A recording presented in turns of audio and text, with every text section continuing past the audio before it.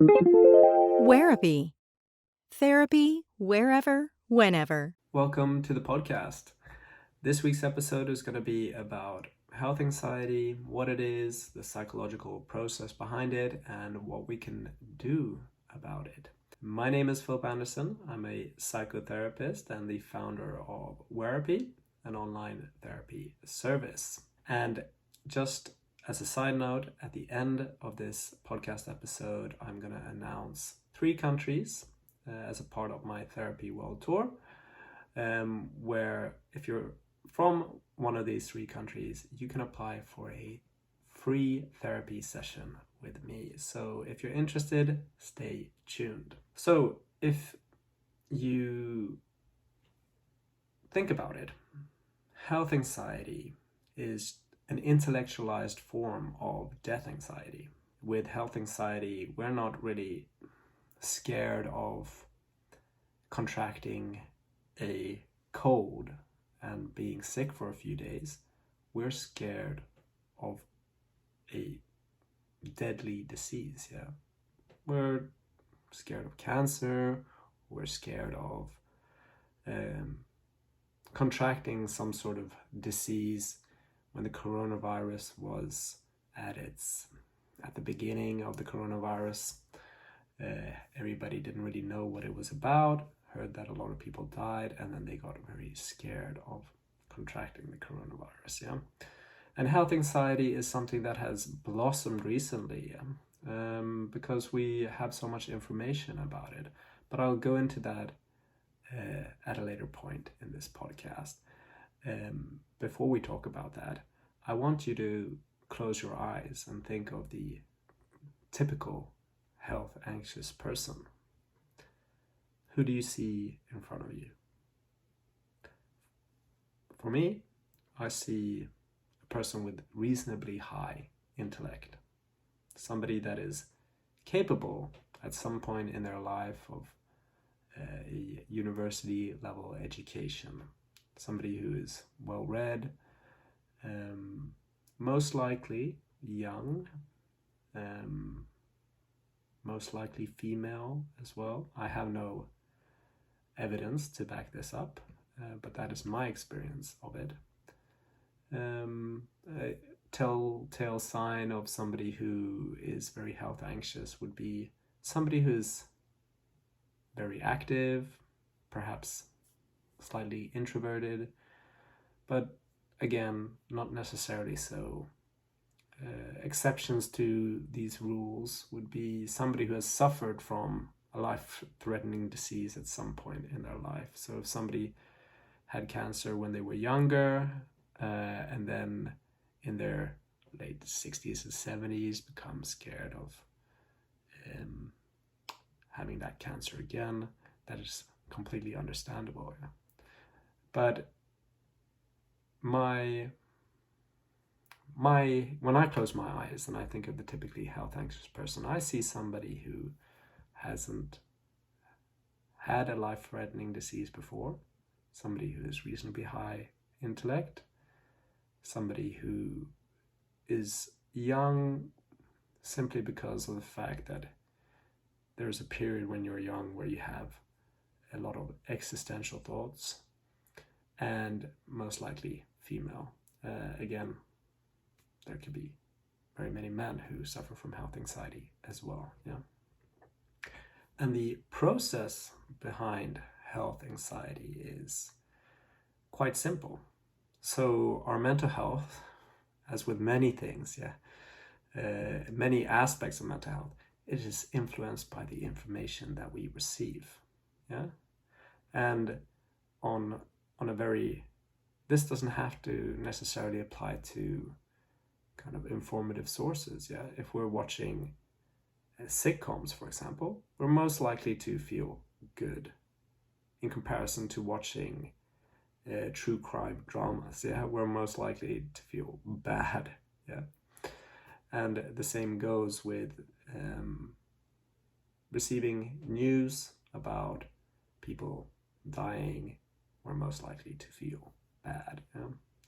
And since the typical health anxious person has a high intellect, they will actively search for information. Yeah? And they also will have a habit of applying that information to themselves. The application of the information in this case is inwards, not outwards. Yeah. So a person who is not health anxious, they will find a symptom in their body and then they will apply it outwards. Yeah. So when they see something, see a mole, then they'll be like, well, this mole looks very different. Maybe I'll go check it out. Whereas a health anxious person will see information on the internet and in other sources about moles, and then they will frantically look at their body for moles. And they will, in some cases, also bend their own perception of their own bodies to fit the information that they have received. So when the health anxious person is scrolling through the internet, looking at news as part of their daily routine, and they're reading about a celebrity dying at the age of 47 because of some sort of disease, or they're reading about some new information about symptoms or certain rates of certain diseases going up due to pollutants in our environment, then they're taking that information and then they're applying it to them. Yeah. So the psychological process in this case is receiving information and applying it inwards, and then bending the information that you have inwards here to suit the information that you're receiving. Yeah.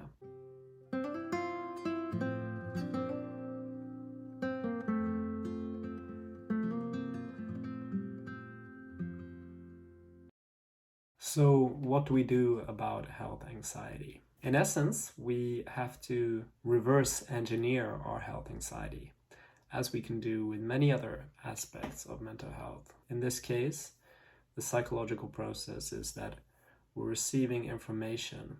We have a tendency to search for that information, and then we apply it inwards to ourselves, and we bend the information that we have inwards to suit the information that we are getting. Yeah, we are fabricating a correlation between the two.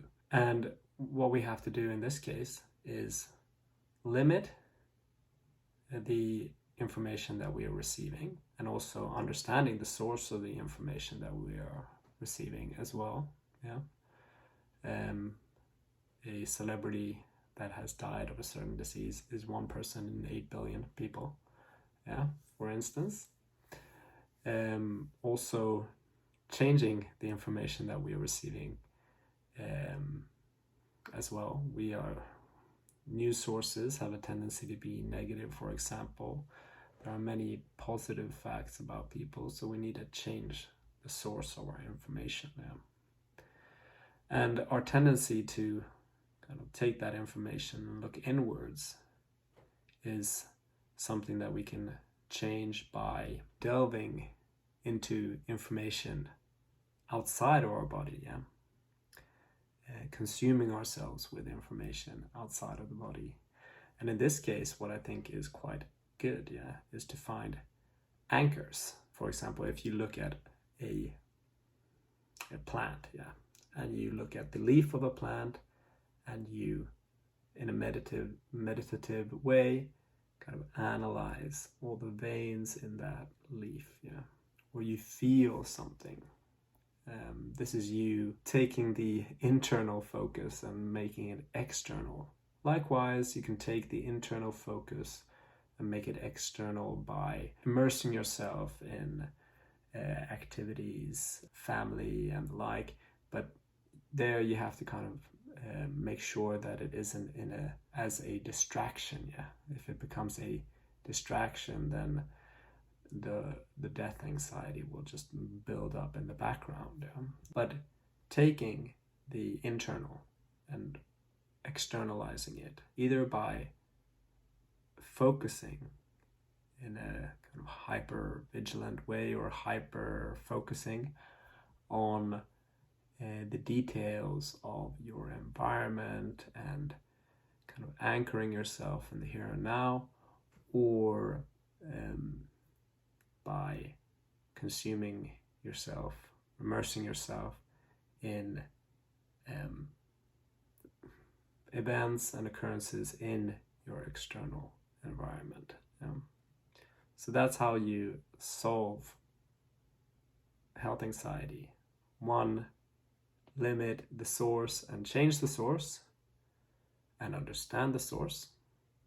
And 2, changing the focus from looking inwards and looking at your body and hyper-focusing on your body and the different symptoms.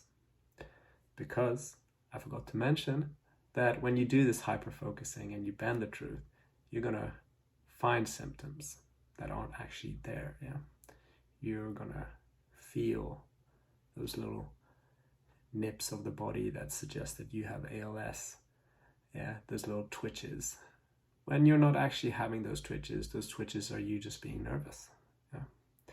So taking the hyper focus that you have away from the body and channeling it into the outside world, either in the form of anchors that are meditative, and that helps more in the moment when you're having a health anxiety attack, or focusing it on things in your external environment, work, activities, events, family, and the like, but making sure it isn't as a form of distraction. A healthy level of focus in your external environment, just to recalibrate the balance.